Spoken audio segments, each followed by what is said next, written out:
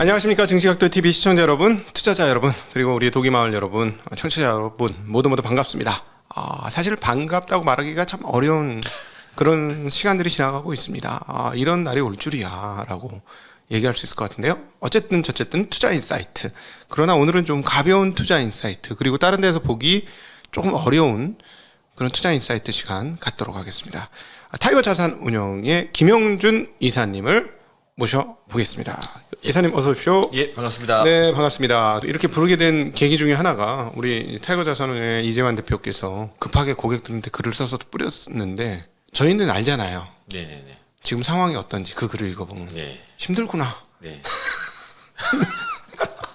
나만 그러면서 굉장히 위로받죠, 우리 서로 간에. 네네네. 나만 힘든 건 아니구나. 네. 다 같이 힘들구나. 예, 그렇죠.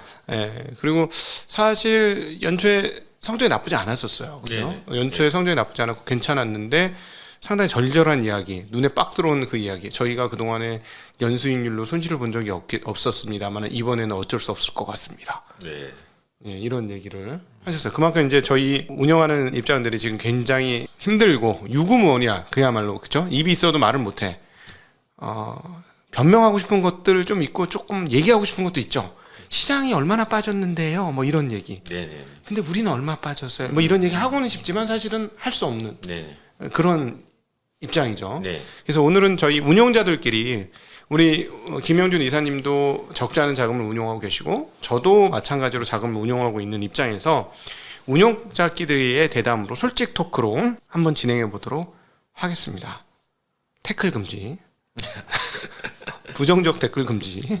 네, 왜냐면은 여러분들이 생각하는 이제 기관 투자자이신 예, 거고요. 그렇죠. 네. 저는 개인 위탁을 받는 일임 투자자 그런 입장입니다.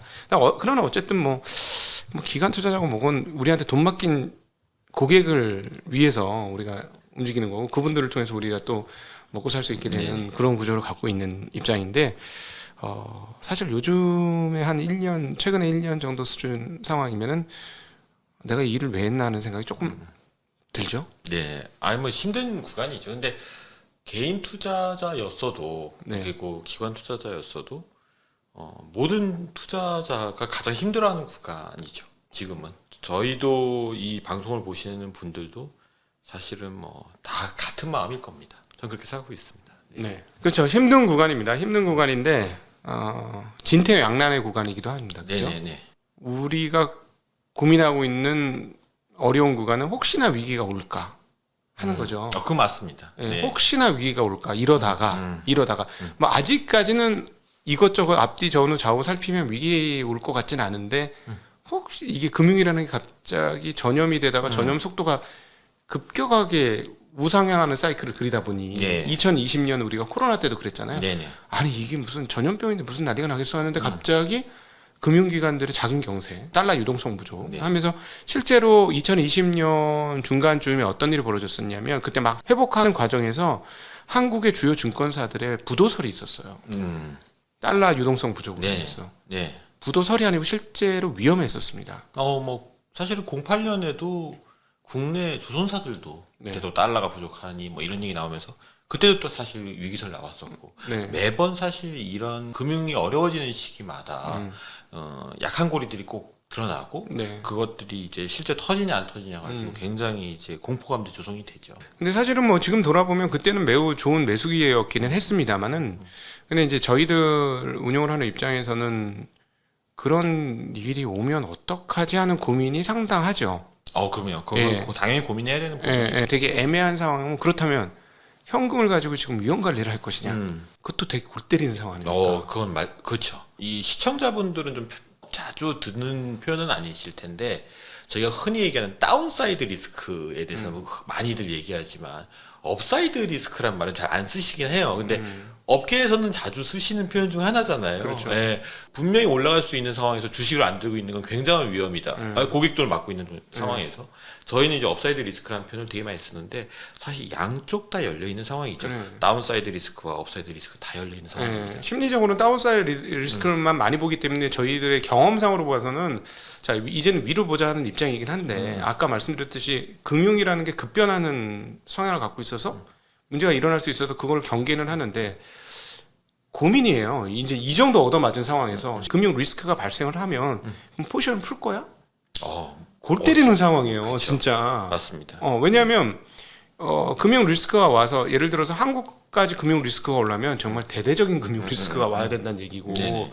한국이 금융 리스크 올 정도면 미국 연준조차도 이건 신경 써야 되는 수준 그럴 수 있죠. 의 위기라고 할 수 있는 건데 네네. 그럼 만약에 그렇다면은 이 지금과 같은 그 긴축에 의한 위기 발생이라면 인위적 위기인데 어떤 측면에서 그렇죠. 보면 네. 그거를 가만히 있을 것이냐 가만히 앉아서 이게 좀 고민인데요. 저의 의견이라기보다는 약간 저희 회사 뷰에 가까울 텐데 모든 위기들을 계속 패드나 이제 각국 중앙은행들이 돈을 푸는 방식으로 이제 그동안 해결해 왔고 그러한 것들을 통해서 사실은 뭐 2000년 초반부터 뭐 2010년대 그다음에 20년대까지 계속 그 위기들을 버텨왔는데 이번에는 사실은 너무나 많은 돈을 많이 풀었고 그 상황에서 부작용이 굉장히 심하게 나타났잖아요. 그렇죠.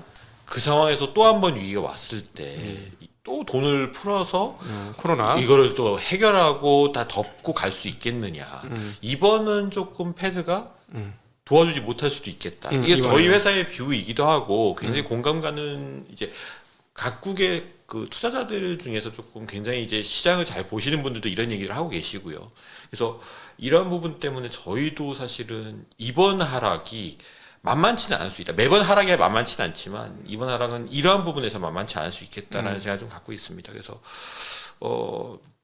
이 부분 때문에 저희가 조금 시스템 리스크에 대해서도 고민을 계속 하고 있는 상황이다라고 좀 말씀 좀 드려야 될 것 같고요. 네네네. 그러니까 이런 거죠. 하락만큼의 반등이 나오지 않는데 또 다른 하락이 또 나올 수도 있다. 시간이 지나서. 그렇죠. 시간이 지나서죠. 네네네. 그죠. 지금 당장 나온다는 거는 금융 리스크로 전이가 막바로 되느냐 여부이고 지금 말씀하신 거는 시간이 지나서 뭔가 해결이 안 되는 상황에서도 즉 그 금리를 내려줄 수 없는 상황이에요. 그렇죠. 그것이 축적되면서 약한 고리 어딘가가 터지면 이제 근데 그 약한 고리들이 어떤 글로벌한 문제로 이제 대두되면서 그걸 돈으로 덮었는데 이번에는 그게 안 되면 조금 더 오래 갈 수 있지 않을까 이런 고민들이 계속 있는 거죠. 그러니까 이거를 또 풀어보면 이런 얘기가 되시겠죠. 금리가 이제 고원지대로 넘어가는데 뭐 옛날 기준은 고원도 아니지만 5% 해봐야 그렇죠. 네. 그러나 이제 0%를 경험한 우리 입장에서는 엄청난 고원지대로 들어가기 시작하는데 인플레이션이라는 놈이 옆에서 딱 이제 따리를 틀고 있기 때문에 위기가 왔을 때 디플레 시대에 했던 것처럼 진짜 MMT 같은 일들을 할 수 없는 상황이다. 사실은 지금 MMT를 한 거잖아요. 그렇죠. 네. MMT를 해서 죽었던 인플레이션이 살아난 거 아닙니까? 그렇죠. 인플레이션이라는 녀석이 깨어난 잠자던 숲속의 공주인지 숲속의 괴물인지가 지금 깨어난 거예요. 깨어나면서 올라오니까 화들짝 놀래가지고 지금 총동원령을 내린 그런 입장인데 그러니까 여기서 이 금리를 못 견뎌서 긴축에 의한 경제 침체 그 경제 침체까지는 뭐 상관이 없는데 경제 위기까지가 연결이 되었을 때 금리를 마음껏 내릴 수 없다. 네. 그거를 지금 그게 고민인 거죠. 그거를 이거는 이제 중장기적인 시각으로 네. 그런 고민이죠. 네. 단기적으로 보면 업사이드 리스크도 있습니다. 상당한 상황 아닙니까? 네, 상당한 상황이고요. 우리 각동님도 똑같이 생각하실 거고 저도 똑같이 생각하지만 가치 투자 베이스의 어떤 생각을 갖고 있는 사람들은 이 정도 밸류에이션이면 주식들이 굉장히 락바텀 근처에 와 있다고 생각할 수밖에 없습니다. 우선 개별 종목들을 보면 웬만한 종목들 찍어보면 다 이제 업사이드가 2배 이상 나오는 그렇죠. 옛날에 열심히 찾아야 2배 나왔는데 왜냐면 흔해. 굉장히 흔합니다. 흔해. 2010년 전에 이 정도와 비교할 수는 없겠지만 이 정도 수준이면 과거 몇 년에 비교했을 때는 뭐 물반 고기반 정도 수준까지는 온 것 같고요. 작년 8월 달에 나왔을 때와 올해 나왔을 때 둘 다 이제 사실 매수에 대해서는 조금 주저주저하는 말씀 좀 드렸고 가장 큰 이유 중 하나가 이제 업사이드가 그렇게 크게 보이진 않는다. 그렇게 하셨죠. 네네. 그래서 사실 제가 보기엔 타이거 자산운용에 계신 분 중에 제일 잘 봤어. 아니 뭐 다 비슷하게 보고 계신 거죠 뭐. 지난번에 저희가 말씀드렸을 때 제가 무슨 말씀드렸었냐면 업사이드가 50%밖에 안 나온다. 제가 전에 한번 이제 제가 4개월 전에 저한테 초청해 주셨을 때 삼성전자 제가 말씀드리면서 업사이드 50%밖에 안 나오고 그거 가지고는 제가 리스크 대비 리턴이 좀 약하다라고 좀 말씀을 드렸었는데 이제는 업사이드가 거의 2배 가까이 나오는 것 같고 이 정도면 리스크 대비 리턴이 있습니다. 확실히 리턴이 확실하고 그러다 보니까 투자를 해야 되는 시기가 맞고요. 다만 말씀해주신 대로 이제 시스템 리스크적인 문제들이 있는 거잖아요. 뭔가 이제 밸류에이션이 전혀 상관없는 유동성이 갑자기 안 돌게 되면서 마치 이제 저희가 이미 2020년에 겪었던 그런 이제 모든 것이 경직되는 그 시기가 올 수도 있기 때문에 그것까지 고민해야 되는 상황이다 보니 말씀해주신 대로 양쪽 다 열려 있는 위로도 올라갈 수 있고 아래도 빠질 수 있는 양쪽 다 열려 있는 이 상황에서 적절한 우리 포지션은 어디에 있고 그렇지. 이게 제일 고민인 거죠. 현금만 갖고 있어도 바보 되고 주식만 갖고 있어도 애매한. 맞습니다. 근데 저 같은 경우는 뭐 이미 다 얻어 맞았으니까 몸빵 간다 뭐 이런 상황이긴 한데 진짜 조금 애매한데 근데 지금 현장에서 보면 다들 그 걱정을 하고 있기 때문에 지금 금융회사들이 자금 조달을 하려고 미친 듯이 지금 뭔가를 발행하고 있어요. 예. 그 PF 쪽에서 지금 문제가 될 것 그럴 수 같으니까 있죠. 실제로 PF는 분명히 몇 개 터진다. 저희도 비유동 자산들이 굉장히 좀 어려워질 수 있다. 이건 이재현 대표님이 굉장히 그러니까 시장에 그런 분위기들이 생길 수 있다는 거에 대해서는 이제 느끼고 계시는 것 같고. 근데 우리가 2020년에 주사를 맞았거든요. 그렇죠. 2020년에 증권사들 자빠질 것 같은 상황들이 있었기 때문에 지금 증권사들이 열심히 자금 조달에 들어가 있어요. 그리고 여기만 그런 게 아니라 어떤 식으로든 자금 조달을 하려고 하거든요. 그냥 그런 걸 보면 2020년에는 아무 생각 없이 당했고 그런 게 있었어? 하고 터지고 나서 알았죠. 그렇죠. 어이구 ELS가 이렇게 떨어지니까 달러 유동성이 부족하게 되는구나. 우리가 우리 자기 해지를 했더니 이런 일이 벌어지는구나 하고 처음 당해본 일이었고 사실상. 근데 지금은 한번 당해봐가지고 어떤 식으로든지 지금 이미 ELS는 낙인이 막 나기 시작했거든요. 그쵸. HSCI. 네네네네. 그러니까 뭔가 지금 막 준비를 하고 있는 움직임들이 막 포착이 됩니다. 그런 걸로 봐서는 일단 국내적인 상황에 있어서는 갑자기 긴급한 유동성 위기까지 가기에는 사람들이 너무 쫄아 있다. 그렇죠. 준비도 많이 돼 있고 방법에서. 그 말씀도 맞습니다. 근데 이제 문제는 이제 우리가 걱정하는 거는 타국에 좀 진짜 약한 신흥국들 거기서 문제가 빵빵 터져가지고 이게 여기에 점차로 우리 옛날 IMF 때 보면은 동아시아 태국 마트와 이기부터 해가지고 이런 식으로 해서 퍼져가지고 이렇게 온 것처럼 그렇게 되는 거 아닌가 하는 고민들은 조금 있는 거죠. 비유에서 쓰는 표현 중 하나가 이제 시스템 리스크를 이제 저는 자동차 사고에 비유를 좀 하는데 자동차 사고는 언제나 일어날 수 있지만 사실은 뭐 날씨가 맑고 굉장히 운전 환경이 좋을 때는 사고 잘 안 일어나죠.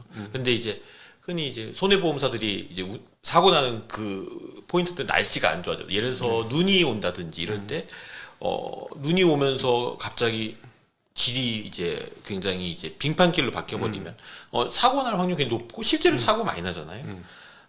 이것처럼 지금 상황은 좀 그렇습니다. 금리가 어차피 지금 올라가고 있는 상황 내에서는 이미 눈이 많이 오고 있는 상황이고 길은 이미 미끄러져 있는 상황이니까 사람들은 당연히 이 상황이면 과거에도 사고가 잘 났어. 이번에 사고 날 거야. 이 생각들을 다 갖고 있고 주가도 거기에 합리적으로 맞춰놓고 있는 상황인 거죠. 좋은 비유입니다. 네, 진짜. 근데 이거가 전 이 고민이 있습니다. 사고가 난다 안 난다를 근데 100% 확신할 수 있는 사람이 있느냐? 없고 어디서 사고 날지도 모르고 언제 사고 날지도 아무도 모르는 거죠. 다만 길이 빙판지고 눈이 오는데 이 상황에서 패드가 운전을 그렇게 잘해? 아무도 안 믿는 거죠. 그런 상황에서 주가는 그렇게 맞춰져 있으니 근데 저는 사실 이거를 맞출 수 있는 사람은 전 세계에 누구도 없다고 생각하고 있고 다만 그 안에서 저희가 모르는 이 상황 내에서 적절하게 배분하는 것이 저희의 최선이다. 사고가 날 수도 있다는 것도 열어놔야 되고 사고가 일어나지 않을 수도 있다는 것도 열어놓는 동시에 이거에 맞춰서 포지션을 잡는 것이 저희의 최선이지 않을까 이렇게 생각하고 있습니다. 네.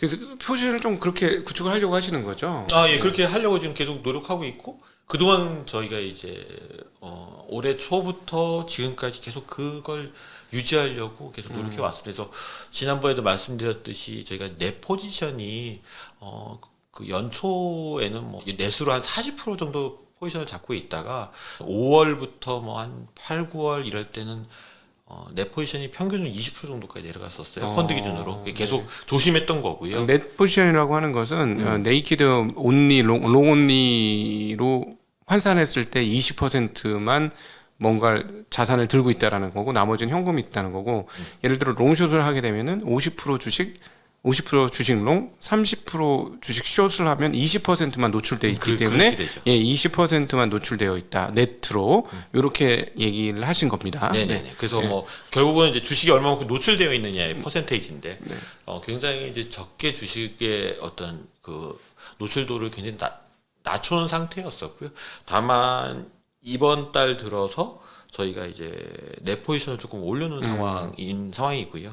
왜냐하면 이제 워낙 시장이 급락을 많이 했기 때문에 그래서 이제 지금은 조금 주식 비중이 좀 올라가 있는 상황으로 봐주시면 될 것 같고 그동안 굉장히 많이 조심했고 지금도 근데 사실 조심하고 있는 상황입니다. 포지션이 좀 올라갔다 하지만 저희는 시스템 리스크에 대한 걸 아예 닫아놓고 있지는 않고 그러한 위험 요소가 낌새가 보이면 저희가 좀 포지션을 조금 더 다시 낮춰야 되는 그 생각까지 지금 하고 있는 상황이라고 봐주시면 여기서 이제 기관 투자자이기 때문에 저처럼 이제 개인 자산을 운영하는 사람하고 조금 다른 게 다르죠. 이제 쇼트를 하실 수가 있는 거죠. 쇼트. 예. 많은 분들이 싫어하는 공매도.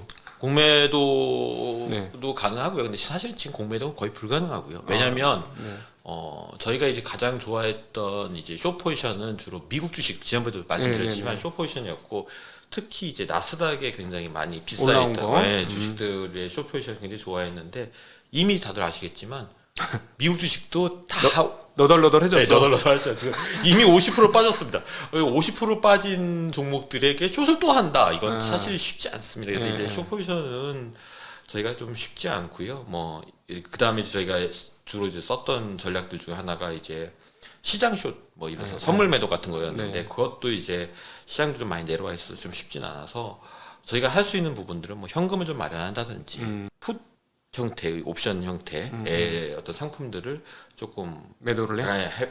한다든지 이런 방법들을 조금 저희가 찾아볼 수 있을 것 같고요. 사실은 뭐 개인 투자에 제가 하실 수 있는 방법은 현금을 마련하는 게 제일 편한 방법 중 하나죠. 인버스 ETF 살 수 있는 방법도 있는데 근데 다만 이 포지션들을 저희가 구축하는 것들이 지금은 편치 않다. 방금 말씀드렸듯이 업사이드 리스크도 굉장히 커져 있는 지금 상황이고 저 말씀 들으면서 후달리겠는데 이런 생각이 들었어요. 후달린다. 이 정도면 후달릴 것 같다. 그냥 업사이드 리스크 후달리는 정도 포지션이다라는 느낌 전 들었어요. 그러니까요. 그래서 업사이드 리스크가 있기 때문에 숏 형태의 그 포지션을 구축해서 지금 방어를 할 수 있는 상황은 그렇게 편치는 않고요. 그럼요. 예, 그래서 지금은 롱 포지션 중에 일부를 조금 줄여서 현금을 좀 마련한다든지 이런 식의 방식을 써야 되는 상황이고요. 그러니까 지금 오늘 오시기 전달까지 막 폭락을 하던 증시가 반등을 했는데 물론 떨어진 거에 비해서 올라간 건 뭐 아직 미미하다라고는 하지만 하루에 지수가 지금 4%짜리 움직이는 게 위아래로 지금 다 움직이는 한국. 그렇죠. 네네. 그러면 하루에 4%만 놓쳐도 업사이드 리스크 진짜 엄청난 거잖아요. 그렇죠. 네. 예를 들어서 지수가 4% 올랐으면 종목별로는 8% 오른 것들이 부지기수가 있다라는 얘기가 되는데 그거 하루만 놓쳐도 8% 하루만 놓쳐도 진짜 업사이드 리스크에 완전 노출되는 거라서 맞습니다. 네. 지금은 약간 후달리실 것 같다 진짜. 저희 근데 지금은 내 포지션으로 저희가 한 40% 정도 돼요. 물론 나중에 또 다시 또 바뀔 건데 근데 이 정도면은 저희가 시장 상승하면 절반 정도 쫓아갈 수 있는 상황 이렇게 봐주시면 될 것 같고요.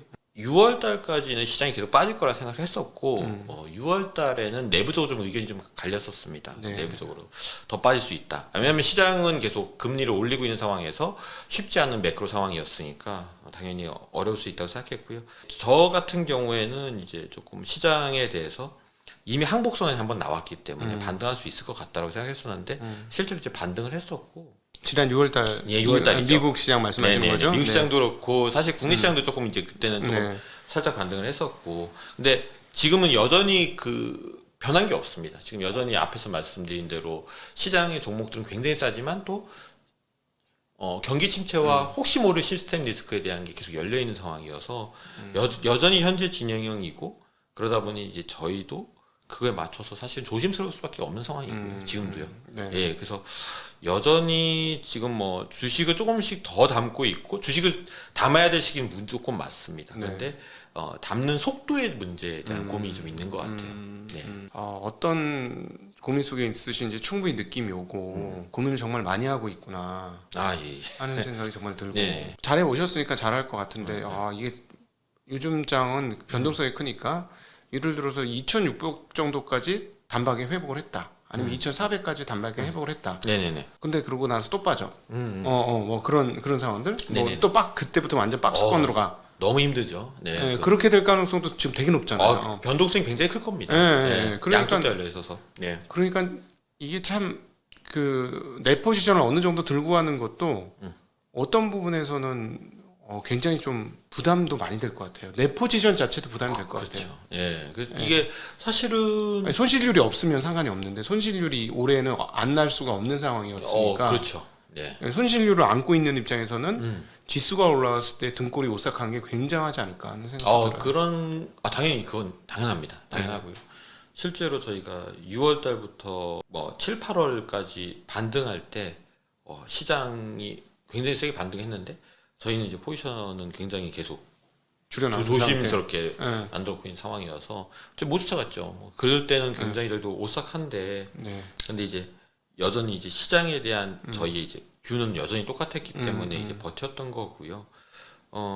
사실은 저 같은 경우에는 이제 거기서 저는 좀 잘못 봤는데 저는 사실 6월 달이 굉장한 이제 정신적 멘탈적인 항복이었기 때문에 이 정도면 시장이 여기서부터는 옆으로 박스권일 것 같다라고 생각했습니다. 저도 그렇게 개인적으로 생각했어요. 박스권을 얘기했고 근데 이제 사실 이번 9월달 10월달의 하락은 연준의 점도표가 달라지면서 박스가 밑으로 깨진 거죠. 그렇죠. 밑으로 깨졌죠. 그래서 저는 사실은 이제 S&P 기준으로 3,600 정도면 거의 이제 바닥까지 왔다고 생각했고 실제로 펀드 매니저나 주식 투자 참여자들의 어떤 모습들이 이미 사실은 거의 멘탈이 붕괴된 수준이었기 때문에 이 정도면은 많이 빠졌다고 생각했었는데 그 생각의 근간은 시스템 리스크는 사실 넣지 않고 있었거든요. 근데 이제 10월달 넘어오면서부터 9월달부터 이제 시스템 리스크 얘기가 나오고 그것이 주가에 반영되면서 이제 다시 한번 빠진 상황입니다. 그래서 저도 조금 긍정적으로 보다가 지금은 조금 조심스럽게 봐야 된다는 것까지 들어가 있고요. 그렇지만 이제 개인 투자자분들하고 저희하고 좀 달라요. 왜냐하면 개인 투자자분들은 남의 돈을 맡고 있는 것이 아니라 본인 돈을 운영하시는 거고 본인 돈을 운영할 때 어떤 그 일시적인 손실에 대해서도 견뎌내실 수 있는 내구적인 어떤 그런 것들이 더 높으시고요. 시간적 여유도 있으시기 때문에 이 부분은 좀 차이가 좀 있을 수 있습니다. 그 부분은 따로 좀 나중에 뒤에 좀 말씀 좀 드리도록 하고 저희 입장에서는 사실은 조금 이 부분까지 좀 다 감안해서 좀 투자하고 있는 상황이죠.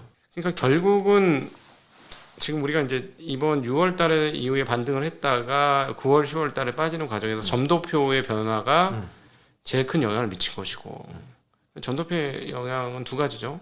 도대체 소위 말하는 종료 금리가 어디까지 올라갈 것인지 잘 모르겠다. 종료 금리가 얼마냐도 중요하지만 잘 모르겠다. 그게 첫 번째고 너무 높은 거 아니야? 이게 두 번째 거죠. 그렇죠. 네. 너무 높은 거 아니야? 이거 견딜 수 있을까? 하는 생각. 저희도 그게 가장 큰 걱정이고 제가 작년에 왔을 때는 제가 저희 회사에서 가장 보수적이고 방어적이라고 말씀을 드렸었는데 지금 사실 제가 좀 공격적이고요.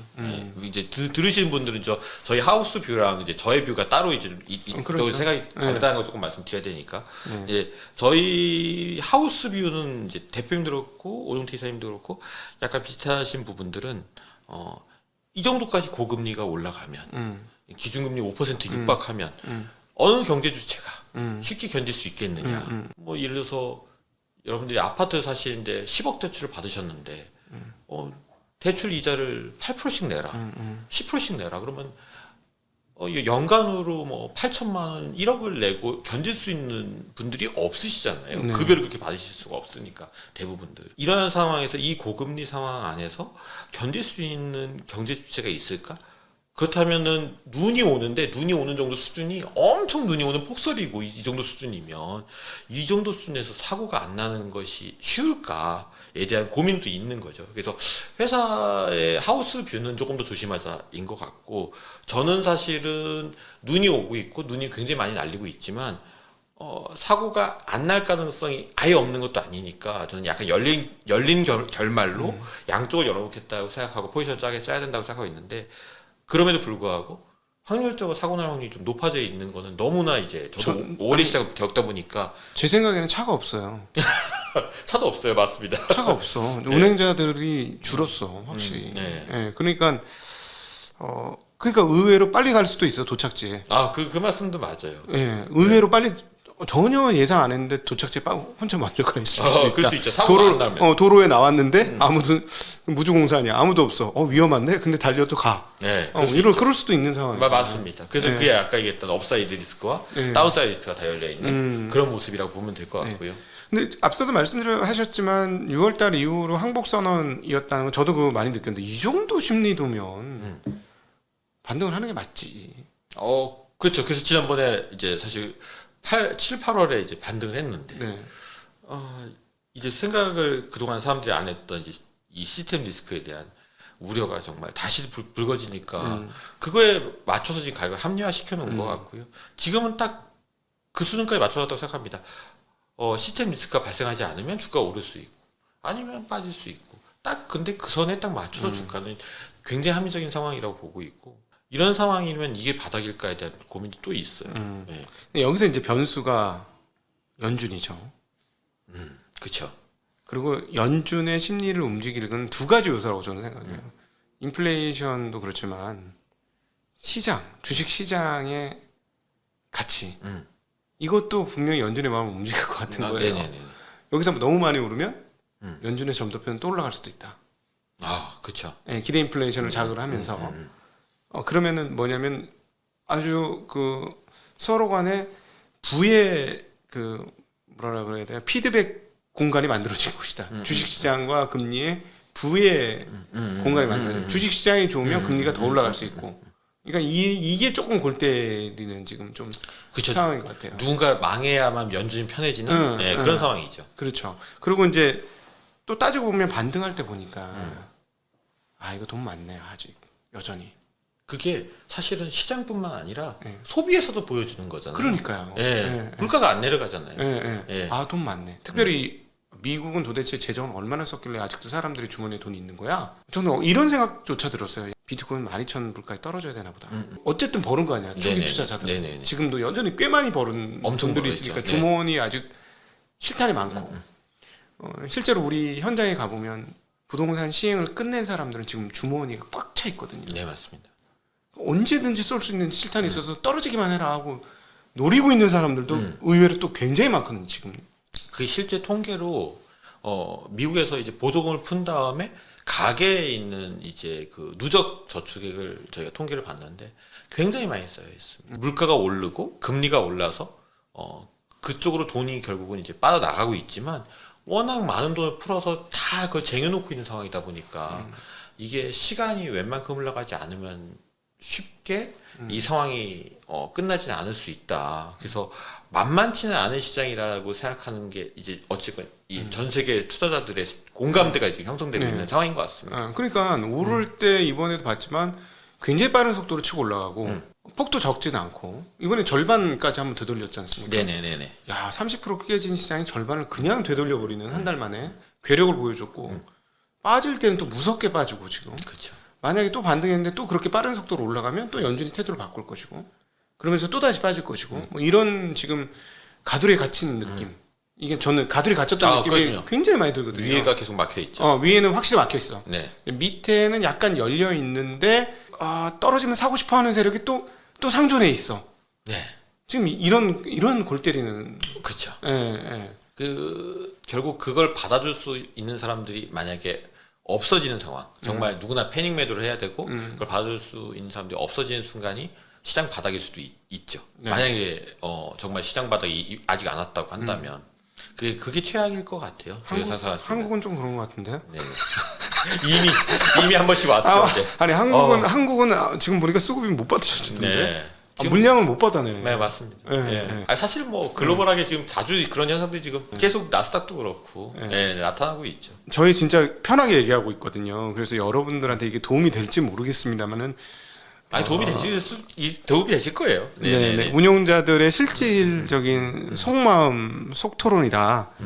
아마 다른 데 가서는 듣기 조금 힘드신 그런 내용이 아닐까. 비공식적인 부분에서 나타나는 살아있는 정보가 더 중요할 때가 있습니다. 네. 근데 어쨌든 기업 측면의 바텀업으로 가보면 앞서 물밤 고기밤 말씀을 하셨는데 네가 진정한 가치 투자자라면 여기서 못 쏘면 너는 가치 투자자 아니다 라는 소리를 들을 정도 수준이에요. 그렇죠. 네. 이제는 매수 아니면 죽음을 달라.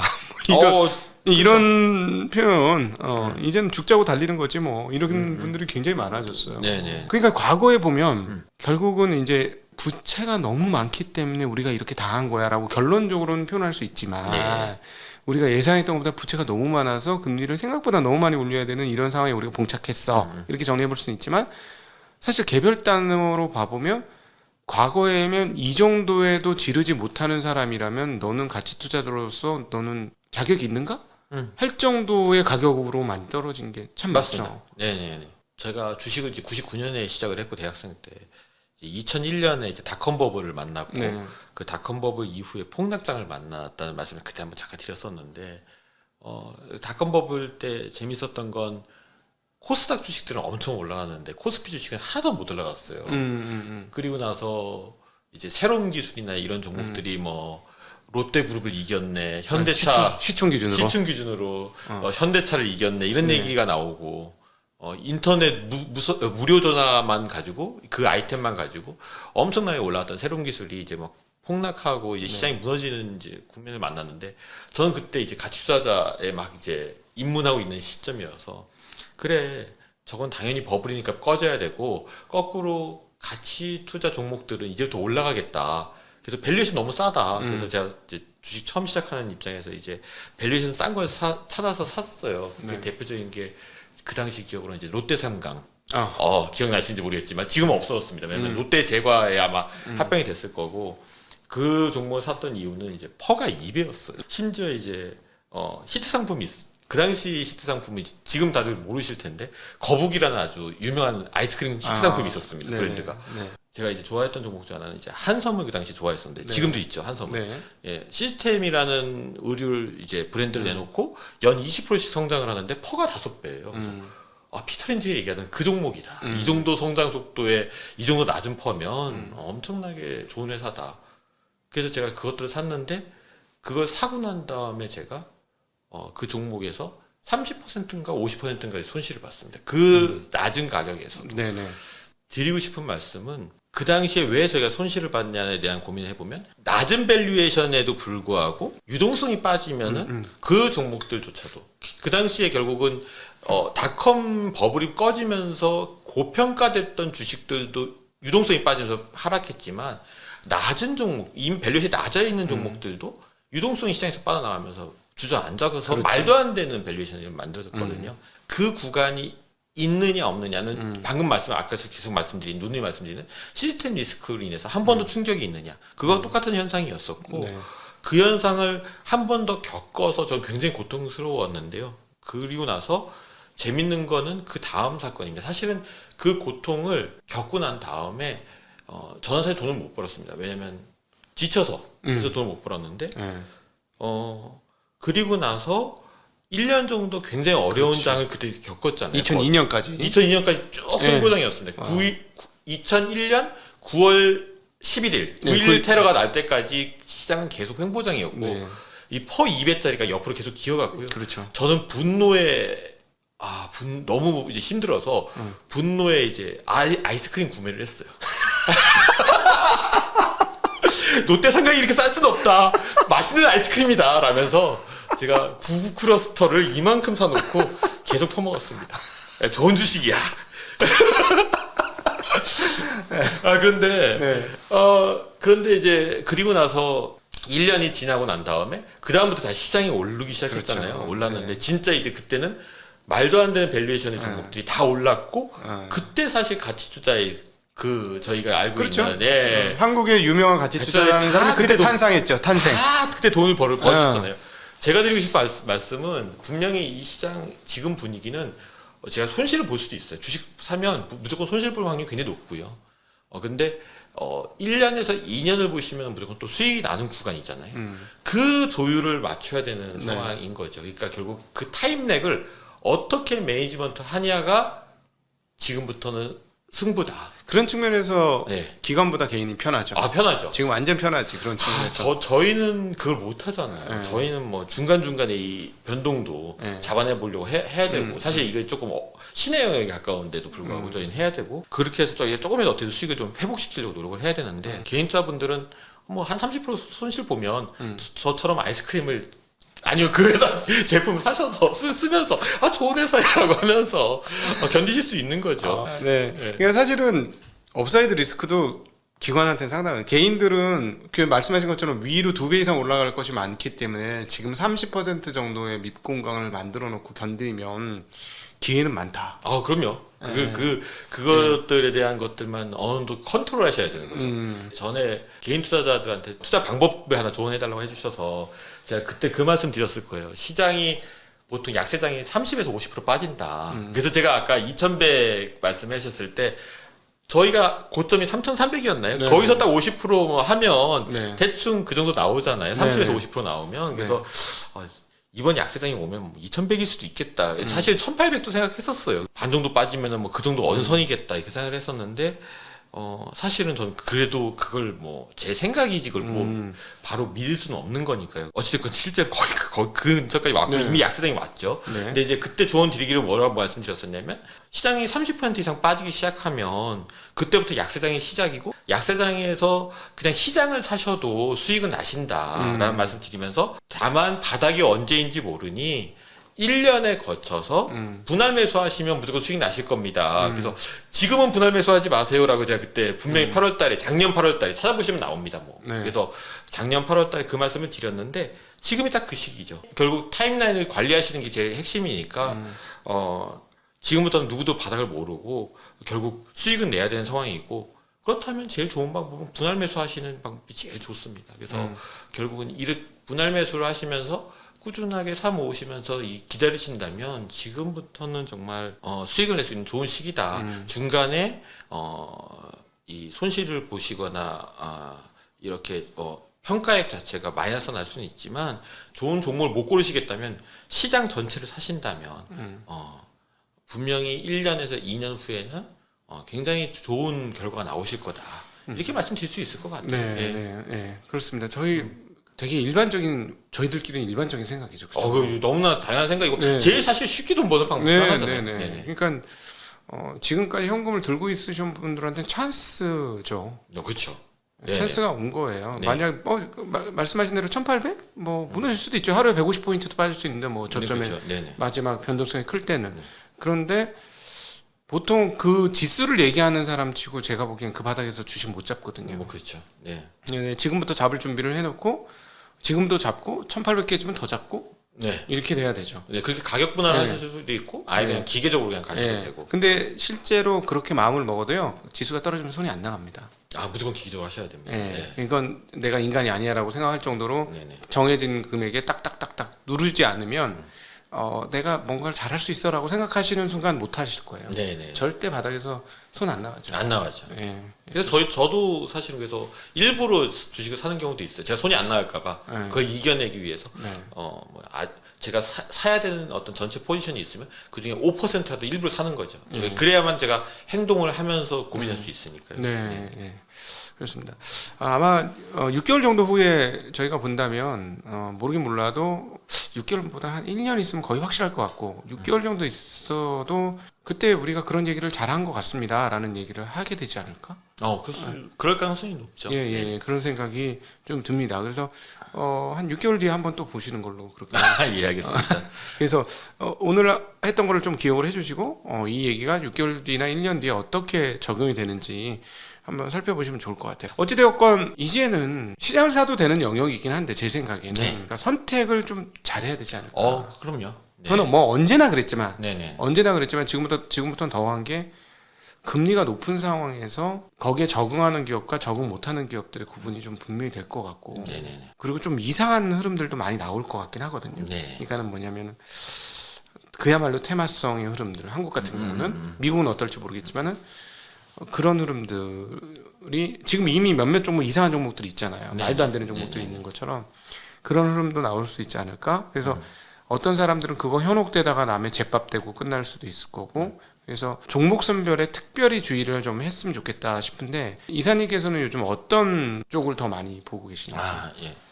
이건 저희 하우스 뷰랑 제 뷰 다 말씀을 드려야 될 것 같고요. 하우스 뷰이자 저도 동의하는 뷰는 경기 회복이 생각보다 시간이 걸릴 수도 있지 않을까.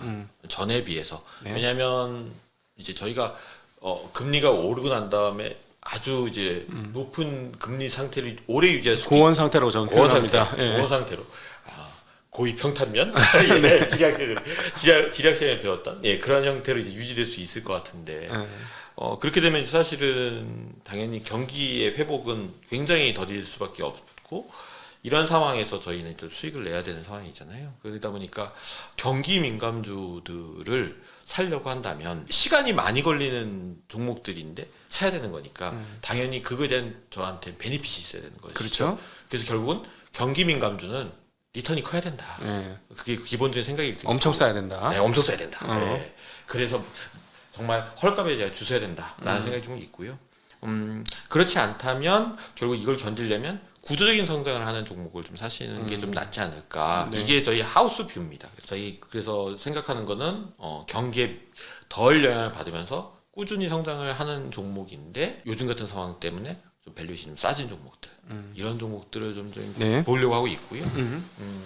뭐 전에도 한번 이제 엔터 같은 종목들도 말씀을 드렸지만 이미 조금 좀 엔터 최고 좋죠 지금. 네. 네. 그 저희는 이제 엔터를 그런 영향을 보고 있고 음식료 종목들이나 저희가 의료기기 또 이런 종목들도 사실은 필수제이면서 구조적인 성장을 하는 종목들이 있습니다. 그래서 그렇죠. 이런 종목들에서도 저는 기회가 있을 수 있다고 생각하고 있고 2차 전지도 사실은 지금 가격이 너무 비싸서 지금 쉽지 않은데 네. 틈새 안에는 어딘가에는 네. 이거는 구조적 성장일 수밖에 없으니까 그 안에서 조금 종목을 찾아보려고 노력은 하고 있다. 근데 전기차 영역에서. 전기차에서. 네, 근데 다만 이제 전기차 영역에서 좀 고민되는 부분들은 너무 밸류에이션이 높다 보니까 그렇죠. 잘못 사면 사실 이런 당하지. 하락장에는 정말 당하지. 당할 수 있어서 요건 좀 조심하셔야 될 것 같고요. 네. 다만 틈새 저희가 저희는 찾으려고 하고 있다. 네. 개인 투자가 좀 하시긴 좀 쉽지 않을 수도 있다고 생각하고 있고요. 네. 그리고 이제 저는 이제 개인적으로는 반도체를 굉장히 지금도 여전히 좋게 생각하는데 네. 전에도 한번 말씀드렸지만 반도체는 지금 좋을 수가 없는 게 경기 민감하잖아라고 다들 물어보실 수 있어요. 근데 경기 민감하죠. 수요는 경기에 민감하지만 공급이 경기에 민감하지 않다. 이제는 공급을 조절한다. 네. 그래서 경기가 안 좋아져서 수요가 줄면 공급을 줄여서라도 시간만 흘러가면 억지로 어찌됐건 반도체 가격을 끌어올릴 거다. 그렇기 때문에 얘도 역시나 경기가 못 올라가는, 경기가 회복되지 못하는 상황에서도 결국은 공급 제약으로 인해서 결국은 시간에 의한 회복이 돌아올 거다라고 생각해서 이 부분도 역시나 저는 경기랑 좀 상관없다고 생각하고 있습니다. 그래서 이런 종목들을 조금 우선 1차적으로 저희가 고민하고 있고요. 다만 경기 민감주를 아예 안 사냐? 아닙니다. 아까 말씀드린 대로 정말 싸게 나오는 경기 민감주 저는 관심이 있습니다. 지금 같은 시기에 바닥에서 사야 되기 때문에 그래서 경기 민감주들도 저희가 체크를 하고 있고 그 중에서 가장 회복이 빠를 것 같으면서 업사이드가 좀 많이 나오는 종목들 이런 종목들을 좀 많이 지금 추적하고 있는 상황이다라고 말씀드릴 수 있을 것 같아요. 업종만 한번 얘기해 보신다면 화학 업체들을 좀 계속 보고 있는데 많이 떨어졌죠. 근데 쉽지 않습니다. 재밌는 건 이제 롯데케미칼 같은 거 한번 보시면 매번 바닥을 찍고 반등한 가격대가 있어요. 네. 이미 그 가격대에 와 있습니다. 네, 네. 그래서 2010년부터 계속 그 가격대만 오면 반등을 했거든요. 근데 딱 그 가격대까지 와 있으니까 사실 모든 화학주들도 거의 대부분 많이 빠져 있는 상황이고요. 근데 저는 이제 NCC들은 조금 불편해 하는데 그 이유는 2024년까지 여전히 중국의 증설이 남아 있는 네. 상황이고 그러다 보니까 공급에 의해서 저희가 좀 제약되는 부분들이 있어서 공급이 들어오는 부분들이 조금 감소한 상황에서 수요가 회복될 만한 종목들을 네. 좀 찾고 있는 상황이다라 봐주시면 될 것 같습니다. 그래서 일반적인 NCC 이런 대형 업체들보다는 조금 더 틈새 있는 화학 업체들 조금 저는 보고 있습니다. 네. 반도체 얘기를 하셨습니다만 네. 작년부터 물론 이제 반도체가 이제 파운드리 테마를 당했기 때문이긴 한데 진짜 독특한 흐름이 미친 듯한 선반영. 좀 과하지 않습니까? 너무 빠르지 않아요? 반도체 피크가 2022년 2분기에 왔는데 네, 주가 피크는 2021년 1분기에 왔단 말이죠. 그렇죠. 1년도보다 더 빨랐는데 네. 지금 저희들의 예상은 반도체 경기 하강 사이클은 2023년 끝단에 실물 기준으로 2023년도 하반기나 끝단쯤에 반도체 최악의 사이클이 올 것인데 주가가 지금부터 안 빠져요. 그렇죠. 시장이 유동성이 많아지면서 네. 빨리 이제 이 회사들의 포텐을 다 채우고 미리 빼버리고 그러니까. 또 유동성이 쭉 빠지면서 미리 또 다 바닥까지 락바텀까지 또 다 뺀 다음에 다시 끌어올리고 네. 이게 좀 빨라진 거일 수도 있다 생각하는데요. 네. 정보도 워낙 빨라졌고요. 네. 근데 이제 제가 21년 8월 달에 나왔을 때도 제가 아마 반도체 주식이 없다고 말씀 그때 드렸었을 거예요. 21년 저희가 5월 달에 이제 반도체 주식을 팔았는데 왜 팔았느냐를 복귀해 보면 이미 하이닉스 기준으로 14만 원이라는 이 시가총액이 100조라는 이미 시가총액까지 이제 100조가 됐고 이 100조 원이라는 어떤 그 갖는 의미가 사실은 이미 이 회사가 벌어들일 수 있는 이익에 대해서 거의 다 반영한 수준까지 그러니까 아주 좋아진 상황에서도 이미 그 디램의 어떤 회복기에 가장 좋아지는 이 상황에서 가장 잘 나올 수 있는 실적을 이미 다 반영한 시가총액이 100조 원이라 저는 생각을 했고요. 네. 그래서 저희는 이제 팔았는데 실제로 이제 그때부터 주가는 이미 못 올라가고 지지부진했었죠. 그래서 저는 주가의 선반영이 가장 큰 이제 이유였다고 생각하고 있고 지금도 마찬가지입니다. 지금도 PBR 기준으로 보면 거의 락바텀 수준까지 내려와 있잖아요. 그렇죠. 이미 사실 뺄 수 있는 만큼 뺐고 그렇죠. 마지막 남아있는 건 아까도 말씀드렸듯이 우리 과거의 경험처럼 밸류에이션을 전혀 따지지 않는 시장 그냥 유동성이 함몰되는 네. 유동성이 아예 그냥 붕괴되는 그 시장이 오지 않으면 지금 거의 락바텀에 와 있기 때문에 네.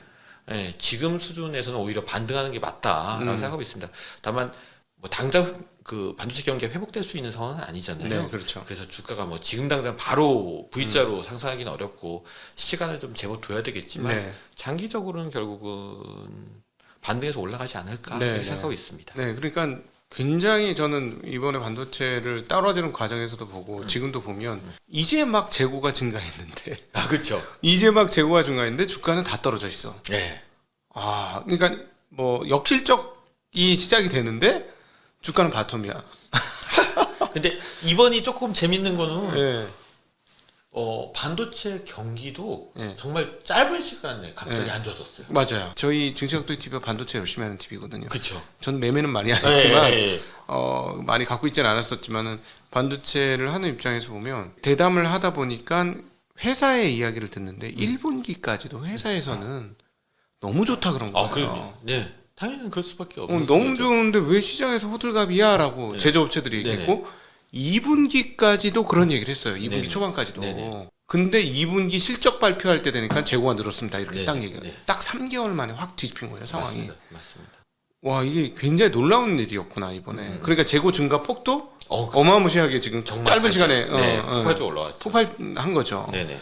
그러니까 순식간에 저는 키옥시아가 그렇게 감산에 대해서 일찍 얘기할 거라고는 상상을 못했어요. 보통 반도체 업체들이 감산을 한다는 얘기는 네. 흔치 않은 얘기잖아요. 네. 정말 내 대규모 손실을 보더라도 나는 이거 감산하겠다는 얘기니까 사실 그 정도로 급박하다는 얘기이기도 그렇죠. 하고요. 예. 네. 그 정도로 지금 상황이 짧은 시간 안에 안 좋아지긴 했습니다. 네네. 그러니까 21년도에 다들 PC, 노트북 너무 많이 바꾼 거죠.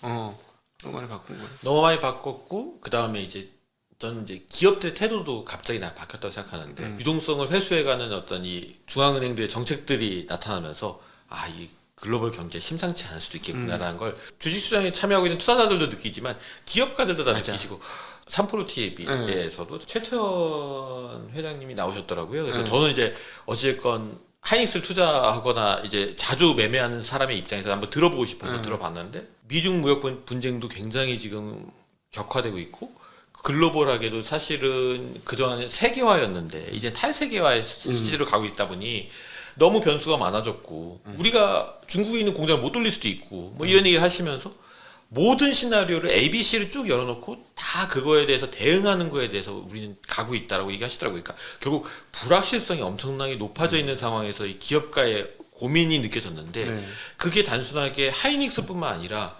당연히 마이크로소프트나 구글이나 다 이 고민들을 하고 있을 수밖에 없잖아요. 맞습니다. 그러니까 인텔이 5,000명이나 감원하겠다는 그러니까요. 얘기를 하는 거는 네네. 지금 우리 자기네 이제 이 파운드리 뭐 수조 원 들여가지고 하겠다면서 네. 5,000명 감원이라는 거는 사실은 기업이 가장 빠르죠. 그렇죠. 그런 대응이 경기가 네네. 나빠지고 하는 거는 항상 보고 있다가 우리가 잘못하면 망하니까 또 이익을 내야 되니까 누구보다 빨리 움직이는 게 기업이기 때문에 벌써 갭은 이미 감원을 했잖아요. 그렇죠. 네. 그러니까 굉장히 빨리 이 위기를 더 빨리 위기가 발생하겠다 싶으면 벌써 긴축기를 시작하는 게 그렇죠. 기업들 아닌가. 네, 그게 과거에 비하면 훨씬 더 정보화나 어떤 판단 능력이나 이것들이 더 빨라지면서 빠르게 이게 나타나고 있고, 이게 디램에서도 사실 나타나다 보니 디램은 수요에 맞춰서 공급을 계속 했었던 건데 갑자기 수요가 사라지니까 이게 대응이 안 되는 구간에 와 있는 거죠. 그래서 근데 거꾸로 생각해 보시면 심리적으로 굉장히 얼어있던 부분들이 한 6개월에서 1년 후에 지나면 금방 왜냐하면 긴축이 너무 급하게 기업들 기준으로 긴축이 굉장히 빨리 이루어졌기 때문에 소위 말하는 재고 조정이 과거보다 굉장히 빠른 시간에 끝날 수도 있다. 그렇죠. 그게 빨리 이제 공급이 증가가 제약되면서 이 상황에서 1, 2년이 지나고 난 다음에 정상화되는 구간이 되면 오히려 더 세게 튈 수 있는 모습도 나타날 수 있습니다. 그러니까 저는 이 사이클이 줄어들 거라고는 생각을 했어요. 반도체가 워낙 성장률이 좋기 때문에. 근데 제가 예상했던 것보다 훨씬 더 빠른 재고 증가와 재고 조정의 기간을 거쳐서 다음 국면의 사이클이 빠르게 시작될 것이다. 그러니까 예전 같았으면 4년짜리 사이클이었잖아요. 오르는데 뭐 1, 2년 걸리고 내리는데 1, 2년 걸려서 그쵸. 한 사이클 다 그리는데 4년이 걸렸는데 이제는 4년이 아니고 한 2년 안짝으로 이게 다 끝날 수도 모르겠다. 그런 측면에서 우리가 반도체를 잘 봐야 된다는 생각을 요즘 하기 시작했는데, 반도체가 돌면 다른 제조업이 뒤따라 돌 거다. 그럴 수도 있다고 생각합니다. 예, 왜냐면 얘네가 가장 느낌적으로 보니까 이번 사이클에서 보니까 반도체 가장 민감해. 흐름에. 맞습니다. 네네. 그러니까 가장 앞단에 있는 애야. 맞습니다. 그럼 뭐 얘네가 풀리고 나면은 의류나 이런 것들은 뒤따라서 그 재고 사이클이 같이 움직이는. 예. 왜냐면 이게 가장 먼저 공급을 제약시켜서 사실은 이제 수요만 돌아오면 바로 회복될 모양새를 지금 갖추고 있기 때문에 이제 심리적으로 기업들이 이제 투자해야 되겠다는 분위기만 좀 만들어지면 그러면 이제 사실은 빠르게 회복될 수도 있죠. 근데 그럼에도 불구하고 저희의 기본적인 어떤 시장 뷰는 U자형 회복일 거다라고 생각하고 있고, 그래서 조금 시간이 걸릴 수도 있다. 그래서 저희는 2001년에 아까 잠깐 말씀드렸지만 그 추억을 다시 꺼냈듯이 조금 시간 싸움을 좀 저희는 해야 될 수도 있다는 생각하고 있고요. 어떻게 보면 근데 이 부분들이 개인 투자자들한테는, 특히 처음 겪으신 개인 투자자들한테는 굉장히 고통스러우실 거예요. 근데 본인이 가지고 계신 종목 또는 대한민국 투자하셨다면, 대한민국 증시 투자하셨다면, 시장 전체에 투자하셨다면 대한민국의 경제에 대한 믿음을 갖고 굉장히 낮아진 주가에 사고 있다. 그래서 정말 좋은 회사를 싸게 사셨다면 견디셔야 된다는 생각을 좀 갖고 있습니다. 네. 오늘 우리 타이거 자산운용의 김영준 이사님과 같이 이렇게 그 운영자들끼리의 토크를 해서, 제가 사회자인데도 불구하고 오늘 정말 많은 얘기를 했어요. 역대 최근 대담 중에 제가 말을 제일 많이 한 날이에요. 그러니까 사실은 그야말로 대담이라고 보셔야 되고요. 좀 그래서 좀 죄송하기도 합니다. 그래서 말할 기회를 너무 적게 드린 게 아닌가. 좀 많이 하고 있습니다. 그런 생각이 드는데, 이 개인 투자자들한테도 얘기를 많이 해주셨는데, 기관 투자자로서 갖는 애환, 어려움 이런 것도 한번 듣고 싶어요. 뭐 제일 어려운 거는 사실은 고객에게 수익이 못 갔을 때가 제일 어려운 거죠. 뭐 그거 이상도 없고 그 이하도 없습니다. 지금 상황에서는 이제 양쪽 다 열려 있다고 계속 말씀드리고 있는데, 이 상황에서 고객자산 어떻게 만들어 놓는 것이, 어떻게 밸런스를 맞춰 놓는 것이 가장 소익을 극대화하면서 리스크를 덜 테이킹할 수 있을까에 대해서 그냥 개인 투자자 같으면 저 같으면 그냥 주식 일부 사놓고 일부 현금 갖고 있으면서 시장 한 번만 더 빠지면 너 추가로 매수하고, 이게 너무 편하잖아요. 근데 이제 매니저로서 이제 고객들의 돈을 운영할 때는 그게 단순하지 않기 때문에 그게 훨씬 더 어려운 것 같고, 네, 그렇습니다. 사실은 이제 제가 오늘 나오게 된 계기 중에 하나는 이제 저희 대표님의 고객 레터, 굉장히 이제 시장이 힘듭니다라는 말씀을 쓰셨는데, 회사가 어려워졌거나 뭐 이런 건 아니고요. 항상 저희가 이제 운영하면서 겪는, 저희 운영을 하는 사람으로서의 애환, 어려움, 그거에 대해서 말씀을 하신 거고, 통상적인 수준에서 말씀하신 거고, 실제로 생각보다는 시장 대비는 수익률 나쁘지 않습니다. 저희가 지금, 왜냐하면 내 포지션을 이미 올해 내내 40%에서 20% 유지했다는 건 주식이 많이 없는 상황에서 이 하락장을 겪은 거니까 수익률이 나쁘긴 좀 어려워요. 다만 이제 펀드도 있고 1위명이 있는데, 1위명은 운영해 보셔서 아시지만 해지할 수 있는 방법이 현금과 인버스 밖에 없는데 없습니다. 그래서 이제 저희가 1임 상품 같은 경우에는 수익률이 이제 조금 더 많이 빠졌더라고요. 그래서 이제 시장보다는 낮긴 하지만 그래도 고객분들이 그렇게 편하신 상황은 아니실 그렇죠. 정도의 수익률이어서 이제 그것 때문에 저희가 많이 신경 쓰고 있는 부분은 있지만 사실은 뭐 그렇다고 해서 뭐 저희가 막 여의도에서 우려하시거나 여의도에서 걱정하실 정도의 뭐 저희가 상황은 아니거든요. 뭐 네. 저희를 막 이렇게 어려워진 거 아니야 뭐 이렇게 생각하시는 분들 있어요. 편지가 조금 절절해서 그래요. 네. 너무 절절해. 저희 네. 좀 진솔하게 쓰시는 편이니까 대표님이. 네. 다만 이제 저희도 이제 되게 희망적인 건 저는 되게 희망적인데 이 어려운 시장을 6개월에서 1년 생존만 하면 수익은 정말 엄청 나오겠다 이 생각은 좀 갖고 있어서 네. 이제부터는 이제 조금 그 전까지는 제가 말씀드릴 때 되게 불편했어요. 그러니까 오히려 오늘은 웃는 게 좀 적은데 오히려 지난번 4개월 전에 제가 출연했을 때는 나와서 웃어도 사실 마음이 불편한 그런 느낌이었어요. 왜냐하면 시장에 대한 하락이 너무 보이고 제가 이제 수익을 터닝시킬 수 있는 포인트들은 잘 안 보이는 상황에서 계속 시간을 끌어야 되는 상황이니까. 근데 지금부터는 사실은 시스템 리스크 남아있고 우발적인 어떤 하락은 남아있을 수 있지만 이제부터 이 주식들 사가지고 내가 잘 생존만 한다면 무조건 수익은 돌려줄 수 있겠다라는 어떤 희망이 좀 보이기 때문에 지금부터는 사실은 조금 전보다는 좀 편해진 상황입니다. 소위 말하는 존버 정보 정신이 지금 필요한 구간이죠. 필요한 그렇죠. 네. 정보 정신이 필요한 구간이다. 네. 그러니까는 그동안에 존버하신다고 많이 지치셨긴 했을 텐데 어떻게 보면 터널의 절반 넘게 지나온 것 같다. 그렇죠. 네, 그런 상황이라서. 네. 그리고 일단 기본적으로 안 좋은 기업도 너무 좋아 보일 정도로 네. 주가가 너무 많이 내려왔어요. 많이 내려왔죠. 네, 주가 너무 많이 내려와서 말씀하신 것처럼 저는 그 생각이 옛날에는 2배 먹을 걸 찾았는데 네. 지금 3배, 4배 먹을 걸 찾아야 되는 상황. 근데 참 또 어려운 게 지금 또 의외로 또 3배 나올 것들이 엄청 또 많지는 않아요. 이 과거보다 훨씬 더 효율화된 시장이라 생각합니다. 네. 개인 투자분들이 이제 포지션을 짜신다면 저라면은 조금 더 좋은 회사 그리고 안정적인 회사와 좀 더 이제 업사이드 큰 회사를 잘 섞어서 잘 하셨으면 좋겠다는 생각도 좀 있고요. 대형주 중에서도 네. 2배 보이는 거는 있죠. 대형주 2배는 좀 힘들어요, 사실은. 네. 있지만 네네 쉽지는 않죠. 쉽지 않은데 이번에 덕분에 많아졌어요. 네네. 대형주 2배가 사실은 어렵다라고 생각했는데 제가 삼성전자를 안 한 이유는 2배가 안 보이기 때문에 안 한다. 그 예전에도 많이 여러 번 말씀드렸었는데 뭐 이제 정도 수준이면 뭐 굉장히 많이 좋아졌다.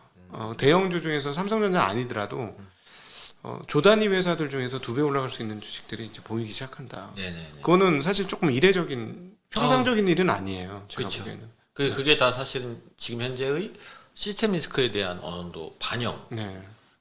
그런 일이 발생할 수도 있다. 밸류션과 상관없는 하락이 발생할 수도 있다는 생각들을 다 갖고 있기 때문에 나타난 현상이고 저희는 그것이 있을지 없을지는 뭐 모르지만 네.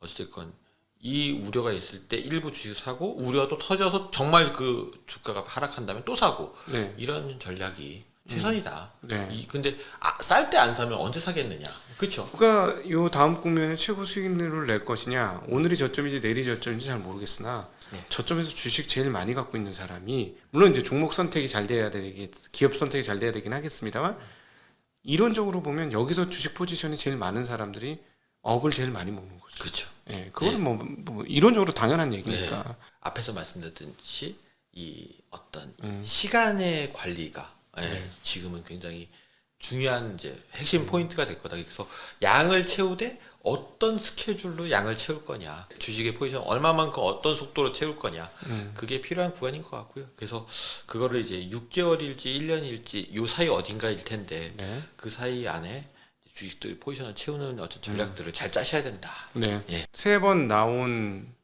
중에 오늘이 가장 희망적이라는 느낌이 많이 들었습니다. 예, 그렇죠. 왜냐면 제가 지난 작년에 나왔을 때는 절반 이상을 현금을 갖고 있다. 조심해야 된다. 네, 굉장히 보수적인 포지션을 얘기했고 올 지난 4월인가요? 네. 나오셨을 때는 미국이 아직도 밑에 공간 남아 있다. 네. 그건 지난해에도 얘기했었나요? 지난해도 말씀드렸고 올해도 말씀드렸죠. 예, 그런 얘기를 했었죠. 네. 미국이 아직도 여전히 뭐 좀 비싸다는 비싸고 네. 국내 주식들도 업사이드가 마음에 안 든다. 네. 이 위험에 비해서는 그 말씀 근데 드렸는데 그때에 비해서는 지금 윗공간에 대한 업사이드 리스크 또는 윗공간이 열려 있다라는 얘기에 대해서 굉장히 많이 얘기를 하셨네요 이번에. 예, 근데 이제 시간 싸움이 될 겁니다. 아마 짧은 시간에 빠르게 올라가는 2020년 같은 V자 반등은 어렵기 때문에 없지. 그건 없을 거겠죠. 어려울 겁니다. 그래서 지금부터는 시간 싸움이고 인내심 싸움인데 개인 투자자분들 인내심 싸움 해보시면 너무 힘드실 거예요. 인내심 싸움 하시다가 주가가 한 20% 올라가 버리면 후루룩 팔고 싶어져. 근데 이제 그런 것들을 잘 이제 견디셔서 이번에 잘 견디셔서 이제 시장이 결국은 이제 웬만한 종목들이 다 이제 50%에서 뭐 2배까지 반등할 수도 있을 거고 그러한 구간 안에서 좋은 종목이어야 됩니다. 하지만 전제 조건은 그렇죠. 예. 그 안에서 수익을 다시 이제 좀 회복하셨으면 좋겠습니다. 짧게 먹으시면 안 됩니다. 자산을 늘리시려면 약간 꾹꾹 눌러서 먹으셔야 돼요. 네네네. 그거 되게 중요합니다. 그러니까 저도 옛날 그 얘기하니까 옛날 생각나는데 다 잘라 먹었어. 잘라먹으면 개털됩니다. 잘라먹으면 안 되고요. 꾹꾹 눌러서 먹을 만큼 쭉 배부를 만큼 먹고 나서 다음 메뉴를 드셔야 돼요.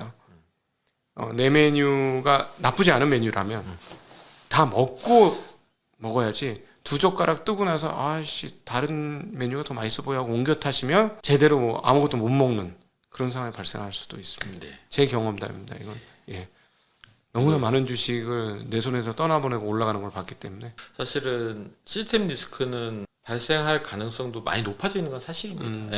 이게 뭐 이 금리에서 모든 애들이 다 잘 견디고 약한 고리가 안 터진다고 생각하는 것도 굉장히 어려운 일이기 때문에 그 위험도 있다는 걸 감안하시고 그 부분에 대해서는 굉장히 영리하게 생각하시면서 투자는 하셔야 된다. 그래서 약간 엉덩이는 무거워야 되지만 항상 이 머리와 눈은 이렇게 밝게 들고 계셔야 된다. 개별 종목 중에서 현금 흐름이 좋지 않은 기업들, 현금이 말라가는 기업들에 대해서는 높은 금리가 쥐약이 될 겁니다. 그거 조심하셔야 될 것 같아요. 그리고 뭐 사실은 투자자들이 됐건 또는 기업가가 됐던 뭐 어찌됐건 경제에 참여하고 있는 모든 경제 주체들이 이 금리에서 어딘가에선 터질 수밖에 없기 때문에 그렇죠? 실제로 지금도 뭐 부동산이 됐던 어디선가 계속 뭔가 문제 발생하고 있잖아요. 시스템에 영향을 미칠 정도가 아니기 때문에 지금 뉴스화되지 않지만 그런 일이 또 발생할 수 있기 때문에 그 부분도 항상 염두에 두셨으면 좋겠습니다. 네, 오늘 타이거 자산운용의 우리 김영준 이사님과 함께 운용하는 사람들끼리 속의 이야기 그리고 오늘 정말 잘 모셨네요. 다시 상기하게 됐는데 지금 시장의 분위기가 어떤 상황이었느냐. 저희 같은 경험이 있으신 분들은 맞아 이런 말씀이 절로 터질 거예요. 이 98년 아멘폰 이후에 코로나 이후에 대상승이 있으면서 저금리와 이런 걸로 인해서 대상승이 있어. 그때 아시아 외환 위기가 있었고 금리를 내려줬죠 미국이. 그러면서 99년도 대상승이 있었습니다. 한국은 역사상 가장 크게 올랐던 280에서부터 1000포인트까지 로고를 씌우면 그때 가장 큰 상승이었어요. 그 전은 가장 큰 하락이었고 있고 나서 IT 버블이 생겼습니다. 이번에 우리는 코인 버블을 경험했죠. 그러고 나서 굉장히 오랜 기간 동안에 2001년도 9.11 테러가 있을 때까지 연속으로 하락을 했고 그리고 한 1년 지나서 사람 말려 죽인 다음에 1년 지나서부터 가치 주장이 본격적으로 펼쳐졌습니다. 그래서 2006년, 7년까지 펼쳐졌죠. 네, 그렇죠. 대단한 장이었는데 그때하고 지금 하나 딱 다른 건 중국의 위치예요. 그렇죠. 그 당시에는 한국이 가장 수혜를 받았고. 그렇죠. 중국 성장의 최대 수혜가 한국에 있었고 버린 업종이었던 화학 이런 중후장대 산업들이 벌떡벌떡 일어나는. 그래서 진짜 가치주는 너무 많았어. 근데 이번에는 사실은 그런 그 정도는 아니에요. 아닐 겁니다. 하지만 지금 정도의 낮아져 있는 주가에서는 수익은 당연히 바라볼 수 있다. 그렇습니다. 네, 오늘 재밌게 이야기를 했습니다. 여러분들한테도 도움이 되셨기를 바라고 오늘의 대담을 마쳐보도록 하겠습니다. 이 시간까지 오랜 시간 함께 해주셨던 우리 타이거 자산운용의 김영준 이사님께 다시 한번 감사드리고 함께 해주신 시청자 여러분께도 감사 인사드리겠습니다. 인사드리겠습니다. 고맙습니다. 감사합니다.